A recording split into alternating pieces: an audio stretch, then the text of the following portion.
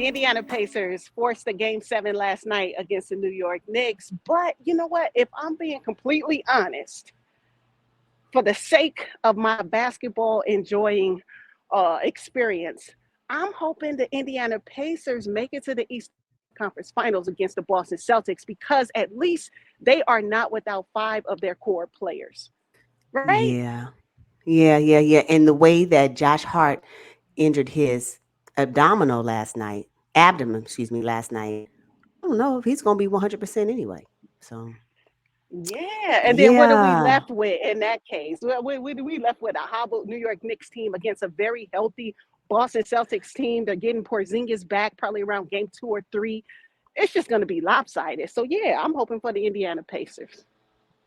You hoping for the Pacers to I don't know, but the way the games have been flowing for this particular series, the likelihood of the Knicks winning at home is great because they've won every home game this series.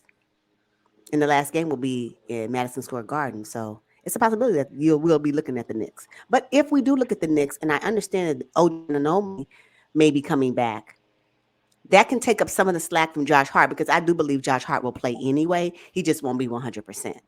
And you really want Mm. a 100% Josh Hart on the New York Knicks if they're going to be playing against Boston.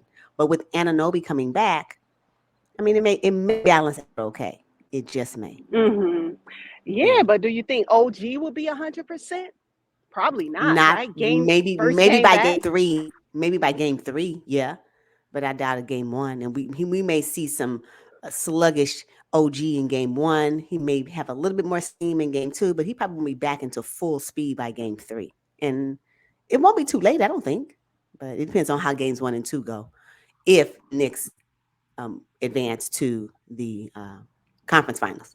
Okay, so what? So last night, I found it so interesting to me that Isaiah Jackson for the Pacers came off the bench and he became the Josh Hart. He became the hustler. He was getting all the boards, mainly because Josh Hart wasn't healthy enough to do it. But I found them to be really scrappy last night. And they just played with the energy and focus that I'm accustomed to seeing them, right? The last game was a complete blowout. It was unbelievable, but Right, yeah, I right. think the Pacers, you know what? They may have gotten their wake up call, Who? the Indiana Pacers. Maybe. I think just with him coming off the bench, it's almost like the Indiana Pacers may be a lot deeper. Just maybe. Hmm. Because come on. I don't know how many minutes in the prior. I don't recall he didn't have a great enough impact for me to even remember Jackson even playing. And I'm quite sure he did. Don't get me wrong. If he did, charge it to my head. But what he did in game six was impactful enough for me to say, ooh, they pulled him from the bench. Come on, you can, your turn. I love it. I Uh absolutely huh. love it. And so, and when you can go deep like that, especially when games are at high stakes as they are now, wow. And then he benefited from Josh Hart not being 100%. Like, what? Thibodeau, Yeah. are you to blame? I don't know. I guess Josh Hart could have hurt his abdomen any time in any game. But them 48 Mm. minutes are they coming back to roost? Uh huh. Yes, this is exactly what we were talking about early in the series. This Yes. has to be a direct result of the overusage. It has to Oh be. my And now I'm goodness. just waiting on. I mean, I don't hope this for Jalen Brunson, but he can't continue at this pace either, No, right? you're right. If the New York No. Knicks, okay, we're going into a game 7 at the Garden. I mean, this is going to be filled with emotion. I hope the refs don't determine the outcome. But this game 7, is going to be rocking at the Garden. And I know players are going to be putting their heart and soul into this game. And they're probably going to be playing much harder than they normally would because of the stakes, right? And I just Yes. can't imagine Jalen Brunson continuing to shoulder the burden of carrying the entire team and having to shoot the ball as much because the Pacers, they now know what the game plan is, right? At this point, Who Rick Carlisle knows what Tom Thibodeau wants to do. who else is going to do it? Who will he balance scoring with? And when I say he, I'm talking about Jalen Brunson. Who is he going to balance scoring with? Dante DiVincenzo? Is he the one? Unless and the Knicks figure that out and they stop always going to Brunson as their first option, what they going to do? Who's going to do it? And this is why I was saying having Julius Randle Ah, would be perfect for this scenario, right? got it. We counted so much on the Nova Knicks, and they've been pulling through, but now we're at a roadblock where Julius Randle could have picked up the slack, Hmm. right? This is why you need his 25 points and 15 rebounds. This is why, right here, for a game seven Yeah. when the Nova Knicks are hobbled. Well, at least Yeah. Josh Hart. Yep. I mean, he's a big part of that to me, you know? No, I don't think Jalen Brunson's 100% either. I don't think so. Mm-hmm. He's just his skill level is so high that it's able to cover up, in my opinion, his less than 100% physical ability. I think so. He's just so skilled enough to do it. But I don't think he's 100%. No, as a matter of fact, they are all probably struggling because if you look at it, I mean, McBride, he's about the freshest legs out there because this is second start, I think, Uh-huh. in this series. So, and he's doing. Hey, what a way to come in and showcase your skills, especially during this time. It reminds me a lot of how Christian Brown did with the Nuggets when he came in eventually off the bench and was able to start and kind of get the Nuggets going in the last playoff run for in 2023. So because McBride now is able to showcase, he has a little something, and I like what he brings. But I do agree. I mean, I asked you a couple of podcasts ago if Julius Randle was really needed on the particular Knicks team, and you was affirming saying yes, of course. I see it now because that type of um, girth, strength, and you know ability that Julius Randle brings to the game, I agree with you. It's needed like right now. Like right now. Not now, right now. And also if they advance, especially in the series against Boston. Yeah, Oh, so yeah, yeah. yeah. So it's tough though. It was hard watching and I know I keep talking about Josh Hart, but to me he is, like they said during the broadcast, the heart and soul of the New York Knicks.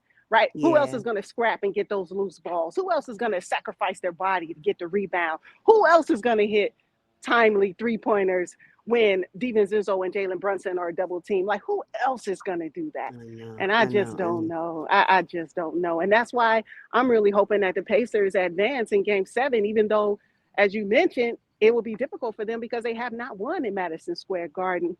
But for the sake of us watching a competitive series, it has to be the Pacers versus the Boston Celtics in Eastern At Conference this Finals. point, yeah. At this point, and also the Knicks were missing the intensity, I guess, and maybe intensity is not the correct word, but what Hardenstein was able to do in game 5, he did not produce in game 6. And that was also missing. I mean, he came up with 4 points, 7 rebounds. Well, 7 rebounds. Yeah. What? Hardenstein, what? Yeah. What we What? gonna do with that? Yeah. Nothing. Clearly nothing. And the results of the game indicated that, right?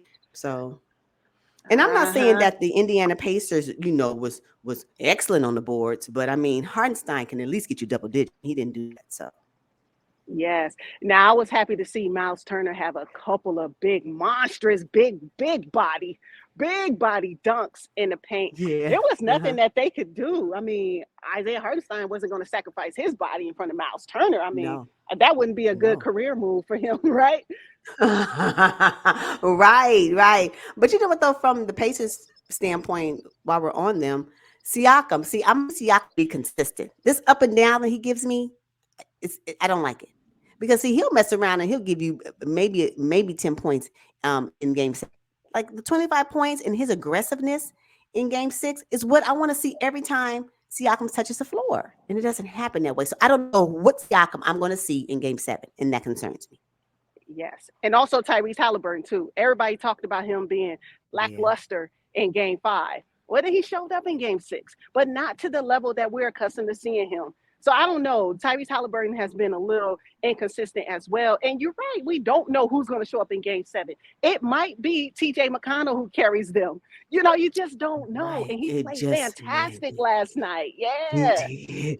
Two people that are consistent from the Indiana Pacers for me that I can always count on to always bring the same. Now, whether or not it's effective and it it determines wins, it doesn't matter. But when I know they're going to always show up to do what they're supposed to do, and the first one is going to be Smith, because Neesmith on Brunson is a masterclass. He can lock him up. Now I know Brunson can always get his, but he does have him stumble, and for me that's good enough, right? But he's very consistent with his defense on Jalen Brunson. And then also TJ McConnell off the bench. I do appreciate when he comes off the bench, he's like speed racer. He's going to be energetic. He's going to bring some pace. He's going to be clever and crafty. I appreciate his consistency in that. Have a consistency, knowing your role. I'm going to need Siakam to have it. I'm going to need Tyrese Halliburton to have it. That's it. And so because I don't know what to expect for game 7 when we're talking about the Indiana Pacers, for me, the leg up is going to be for the Knicks to win. Now, from a long-term Eastern Conference 7-game matchup, I agree with you. I mean, the Knicks ain't 100% or at least 90. Then what we gonna be watching? Another blowout? Another sweep, gentleman sweep at best. And I don't want that, right? I want a competitive basketball game, especially for the conference finals. So yeah. Right. And especially because word is the Boston Celtics had a cakewalk. So you mean to tell me they're going to get to the Eastern Conference Finals and still not be challenged before making it to the NBA Finals? That won't be a good look. And then the narrative will be they only made it because the other team wasn't completely healthy. Exactly. And I don't want that for them. I really want the Eastern Conference to go 7 games, because that lets me know that they had to fight for their lives. Because I'm sorry, if they don't fight for their lives, and they go to the finals and they're either up against the Nuggets or the Timberwolves, well, provided OKC, I'm sorry, or the Mavs. I'm just saying, actually, any one of, and I'm just going back, if they have to go up against any one of the Western Conference teams, the Boston Celtics, they're gonna be in a rude awakening, because those 4 teams that are left, they're gonna get them some work. And I don't know if they don't have this, preview of work in the Eastern Conference Finals, I don't know what they're gonna look like in the finals. So if they advance, of course. But no. Right. I see your boy Precious Achua getting some work. I like it. Yeah, I like Precious. Oh man. I know. Yeah, Precious. See, for me, the New York Knicks, the reason why I fell in love with the New York Knicks to begin with is because of Precious, Julius Randle, and OG Anunoby down in the paint, right? Mm-hmm. And 2/3 of that has been stripped away from the New York Knicks. Yeah. True. Yeah. True. But another thing too, though, now we keep talking about health. Well, Indiana Pacers have been without Benedict Mathurin since I don't know when, right? Imagine if they had him available, this, could be looking a lot different as well. So, I mean, I understand injuries are a part of the game, but if I had to choose, give me a healthy team, please. Can I get a semi-healthy team to make it to the Eastern Conference Finals? Yeah, I have to agree with you on that one. All right, so it's coming down to the wire in the semi-conference finals. Who's playing tonight? Ooh, OKC Thunder and the Dallas Mavericks in game 6. Score: Dallas leads by 3 and the Thunder are trailing by 2. Can the Thunder tie the series? Ooh, my fingers are crossed that they do. I really want them to tie the series. I do. That's not. I'm sorry. I hate to break it to you. I know. No. Trust me. I know what my hope is, but my reality is greater. Yeah. And I believe that OKC will be going tonight. Yeah, it's too bad, right? Number 1 seed, right? Number 1 seed in the West? Yep. Yes. Going down like this. But I always knew, well, first of all, it won't be a complete loss, right? Because they have this experience. But when OKC runs up against Luka Doncic and a bunch of grown men as their opposition, I just kind of knew in the back of my mind it would spell trouble for them. And I knew they probably couldn't get by the Dallas Mavericks, but it is not over. I will say it's not over, but I just think tonight is the night that OKC fires up the jet and heads to Cancun. Yeah, I think so too. But OKC did give the Dallas Mavericks a run for their money. They did not make the matchup easy. It was not easy for the Mavs. As a matter of fact, the 2 games that the Oklahoma City Thunder did won in nice fashion. So I like what the Oklahoma City Thunder has been able to build, the experience that they have been able to gain. I think it's going to be really powerful for them going into the next season. Here we are talking about their demise, and they got 2 more games possible. Right. So anyway, right. But from a prediction standpoint, right? It is possible that especially based off of Game 5, especially that one. The way Luka just said, I got this. It's just and the thing about it is that if this can be Jalen Williams' breakout game and he can help them go to Game 7, I'll be really happy because I'm still waiting. I am still waiting for Jalen Williams' breakout game, and it hasn't happened yet. And I think that's one of the No. things that's missing from the Thunder, his breakout game, because he needs to have his game in order for them to advance to at least a Game 7. Because we're Mhm. gonna get what we're gonna get from Shea. He gonna give us that. And Yeah. so, and Shane Williams has been pretty even kill as well. Jalen Williams for me is a missing piece in this whole run and the possible 6 game buys. I don't want to say rest on Jalen Williams because he's new to his second season. I expect him to gain more control and more consistency as he continues to play in the league. But I really want to see his breakout games. I really believe he has it in him. Mhm. Okay. Well, we'll see. We'll see. I But if don't know. not, then if the Dallas Mavericks do advance, we still gotta wait for the Nuggets and Timberwolves. That one. Now, the games on Sunday, and I know we'll talk about it in our next podcast. But we 2 Game 7s. Mm, mm, Oh, mm. a basketball fan's dream. When I tell you I'm not leaving the couch at all, I am stuck on Sunday watching these game sevens. Yeah, You said you're not leaving the couch. I'm not Not. leaving. That's so funny.